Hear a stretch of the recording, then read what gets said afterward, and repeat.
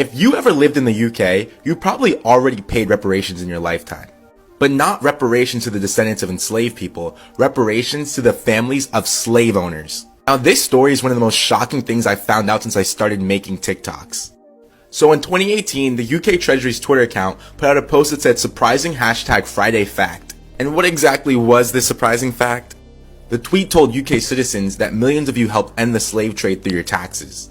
It said that Britain used £20 million to buy freedom for all slaves in the empire, and that living British citizens helped to pay to end the slave trade. But as many people pointed out before the tweet was quickly deleted, this was a really weird way to frame a more shocking reality. Britain borrowed £20 million, which is estimated to be the modern equivalent of £17 billion with a B, to pay slave owners after slavery was abolished. This means British taxpayers were compensating slave owners and their descendants until 2015 when the debt was finally paid off. In the words of a man mentioned in the Guardian article about this, so basically, my father and his children and grandchildren have been paying taxes to compensate those who enslaved our ancestors, and you want me to be proud of that fact? Are you fucking insane? And better yet, the University College of London did the Lord's work by compiling a list of 46,000 individuals and groups who received government payouts related to the abolition of slavery. And this included powerful and wealthy British elites like the family of David Cameron, and he was the conservative prime minister who had the audacity to go to Jamaica and say no to reparations while telling them, and I quote, that they should move on from the painful legacy of slavery.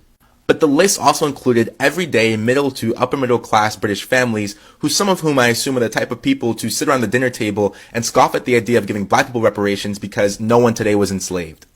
And some of these records clearly show the investments made with that money and how those assets have been passed down to the living descendants of these slave owners who are the heirs of their family's estate.